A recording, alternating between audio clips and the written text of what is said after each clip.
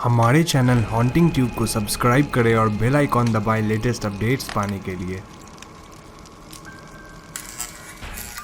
दोस्तों, हाल ही में मैंने हिज हाउस नाम की एक सुपरनैचुरल हॉरर थ्रिलर देखी है जो कि कुछ ही दिनों पहले नेटफ्लिक्स पर रिलीज हुई है और इस मूवी को रेमी वीक्स ने डायरेक्ट किया है।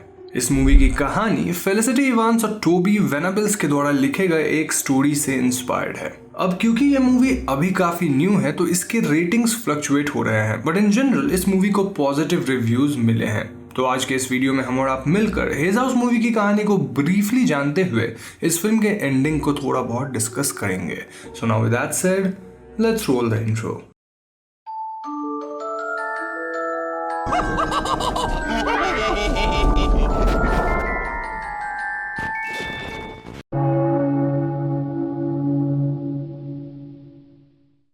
तो दोस्तों, मूवी की शुरुआत बोल और रियाल से होती है जो कि एक वॉर टॉर्न साउथ सुडान से बाहर निकल रहे होते हैं विद देयर डॉटर न्यागक। लेकिन उनके यूके आने के ट्रिप में जब वो समुद्र में होते हैं तो उनकी बेटी कई और रेफ्यूजीज के साथ समुद्र में डूबकर मारी जाती है। रियाल और बोल उसे बचा नहीं पाते और यूके आने के बाद अब वो दोनों एक डिटेंशन सेंटर में रखे जा रहे थे। रियाल और बोल को अब डिटेंशन सेंटर से बाहर निकाला जा रहा था और उन्हें एक घर दिया जाता है to stay as refugees in UK, पर उन्हें कोई भी जॉब करना अलाउड नहीं था, बल्कि उन्हें गवर्नमेंट से मिल रहे थोड़े बहुत पैसों से ही अपना गुजारा चलाना था। जब वो उस घर में आते हैं तो वो दोनों देखते हैं कि ये एक पुराना टूटा सा घर है और उसमें से बहुत बुरी बदबू आ रही थी। लेकिन बोल वापस साउथ सुडान नहीं जाना चाहता था तो ही एक्सेप्ट्स टू एडजस्ट। अब दोस्तों, वो वहां रहने तो लगते हैं लेकिन वो अपनी ट्रॉमेटिक पास्ट को भूल नहीं पाते और उन्हें अपनी बेटी न्यागेक की काइंड ऑफ विजन आ रही थी। इतना ही नहीं, बोल को घर में पहली ही रात लोगों के चीखने चिल्लाने की आवाज और फुटस्टेप्स भी सुनाई देते हैं, पर वो उन्हें इग्नोर करने की कोशिश करता है। लेकिन दोस्तों, फिर वॉल्स के अंदर से कुछ आवाजें आती है और चेक करने पे वहां से एक क्रो निकलता है और बोल को उसके पीछे 4 सेकेंड न्यागक दिखाई देती है। तो अगली सुबह जब बोल गार्बेज निकालने बाहर जाता है तो उसे उसकी नेबर कोल्डली और अनवेलकमिंगली देखती है। बोल एक हेयर कट के लिए निकलता है जहां एक पब के सामने से गुजरते वक्त एक आदमी उससे पूछता है if he was a refugee, और हाँ कहने पर वो बोल को कुछ सेकेंड हैंड सामान देता है। उस रात बोल को फिर से घर में आवाजें और फुटस्टेप्स सुनाई देते हैं और जाके चेक करने पे वो देखता है कि वॉलपेपर अपने आप निकल रहा है, जिसके पीछे वाले वॉल में होल बना हुआ है। रूम के डोर्स एंड लाइट्स अपने आप बंद होते हैं और उस होल में से एक रोप निकलता है जो कि खत्म ही नहीं होता एंड उसमें न्यागेक की एक डॉल फंसी थी जिसे किसी का हाथ खींच लेते हैं। इतने में हम बोल के पीछे किसी की आकृति भी देखते हैं, लेकिन फिर अचानक से बोल रियलाइज करता है कि वो हैलुसिनेट कर रहा था। इसके बाद बोल उस वॉल के वॉलपेपर्स निकालने लगता है और सुबह तक उसने पूरे वॉलपेपर्स निकाल दिए थे जो कि रियाल देखती है। वो घर की सफाई करती है और एक कबर्ड को खोलने पर उसे एक ट्रक में बैठे हुए कुछ बच्चे दिखते हैं जो कि असल में रियाल का ट्रॉमेटिक पास्ट था जिसके चलते उसे विजन्स आ रहे थे। बोल कुछ टूल्स खरीदने जाता है और रियाल भी घर से बाहर जाती है, लेकिन दोस्तों वो जहाँ भी जा रही थी घूम फिर के उसी एरिया में वापस आ जा रही थी। जब रियाल कुछ बच्चों से एड्रेस पूछती है तो वो उसे अच्छे से ट्रीट नहीं करते क्योंकि रियाल इंग्लिश में प्रॉपरली बात नहीं कर पा रही थी। रियाल कुछ टेस्ट करवाती है और इस सीन से हमें पता चलता है कि रियाल का ट्रॉमेटिक पास्ट और न्यागेक के खोने का दुख उसे किस कदर अफेक्ट कर रहा था। जब रियाल घर वापस आती है तो वो देखती है कि एक वाइट लड़की उनके घर के बाहर पी कर रही थी। उसे घर में किसी के बुलाने की आवाज आती है और वो देखती है कि फ्रूट्स अपने आप मूव कर रहे हैं। खैर, बोल रात को घर देर से आता है और डिनर के वक्त रियाल बोल को एपेथ यानी कि नाइट विच की कहानी बताती है। इस कहानी में एक आदमी को अपना घर चाहिए था और इसीलिए वो दूसरों से चीजें चुराने लगा। एक दिन इस आदमी ने एपेथ यानी कि नाइट विच से कुछ चुरा लिया था और जब उसने अपना घर बनाया तो वो एपेथ भी उसी घर में एज ए कर्स आ गया टू कंज्यूम द मैन। सो रियाल के हिसाब से एक एपेथ उन्हें समुद्र से फॉलो करते हुए यहाँ आ गया है और रियाल का कहना था कि they do not belong here, उन्हें डेप्ट रिपे करना होगा ताकि उन्हें न्यागेक वापस मिल सके। बोल इन सब बातों को इग्नोर करता है और कहता है कि देयर इज नो विच। तो बोल रात को वॉल से वॉलपेपर हटाते रहता है और उसे फिर से कुछ आवाजें आती है। बोल को घर में न्यागेक दिखती है जिसके पास एक नाइफ था और वो बोल पे काइंड ऑफ अटैक कर देती है।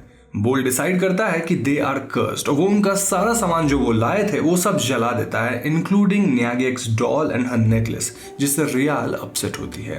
अगले दिन बोल जाकर उनके लिए कुछ नए कपड़े लाता है और फिर से घर के इलेक्ट्रिसिटी को रिपेयर करने में लग जाता है, पर वो देखता है कि रियाल किसी से बात कर रही है बट वहां कोई नहीं था।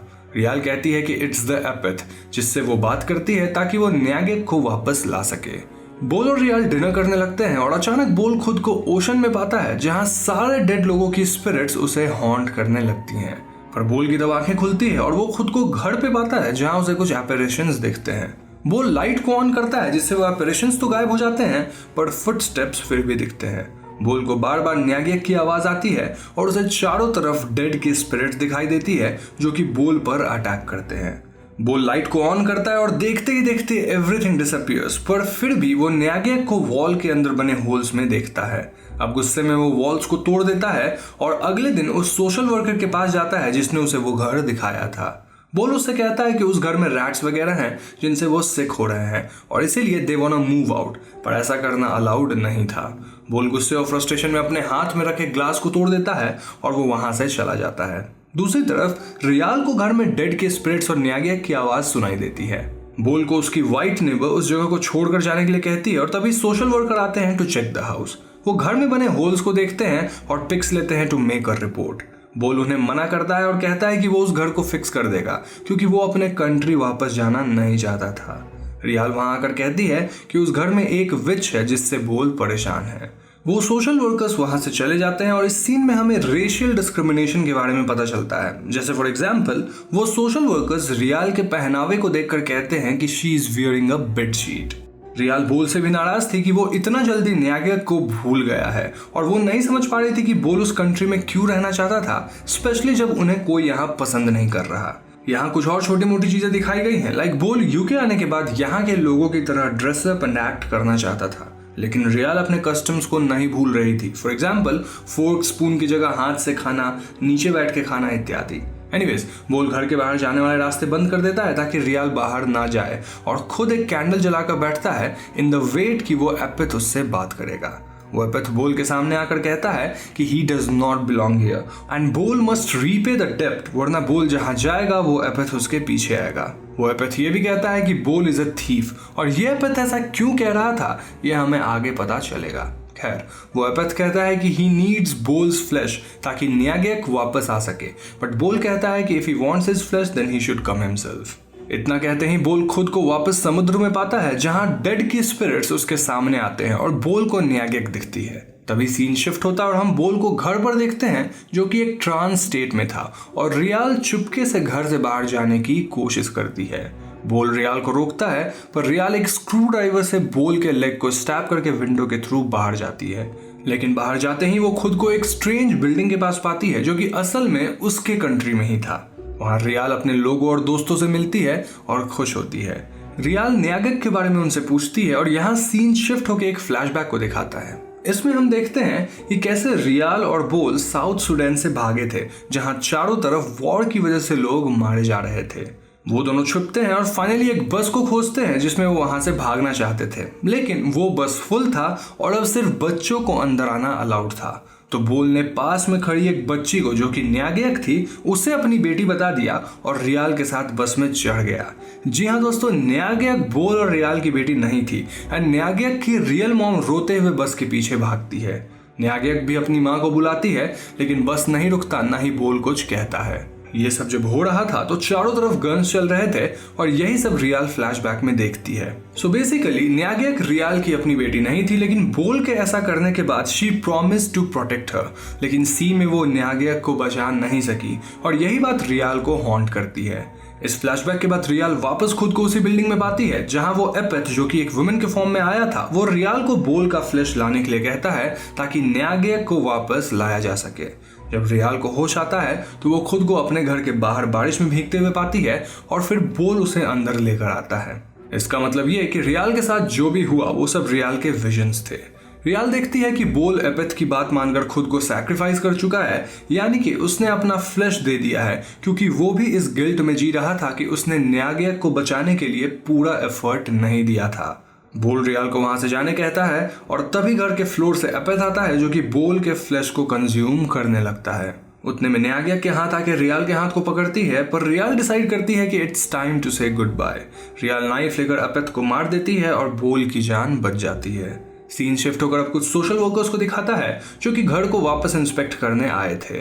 वो देखते हैं कि बोल ने काफी हद तक घर को रिपेयर कर दिया है और उनमें से एक मार्क नाम का बंदा बोल से पूछता है कि what happened to the witch. बोल कहता है कि रियाल किल्ड इट और मार्क पूछता है बोल स्टिल सीज न्यागेक। बोल और रियाल कहते हैं कि हमारे पास्ट के घोस्ट हमें हमेशा फॉलो करेंगे, पर जब हम उन्हें एक्सेप्ट करके फेस करेंगे तभी हम आगे बढ़ पाएंगे। वो सोशल वर्कर्स वहां से चले जाते हैं और बोल एंड रियाल को घर में डेड की स्पिरिट्स दिखती है, but now they have assumed a more human form, क्योंकि वो घोस्ट अब बोल और रियाल को हॉन्ट नहीं कर रहे थे।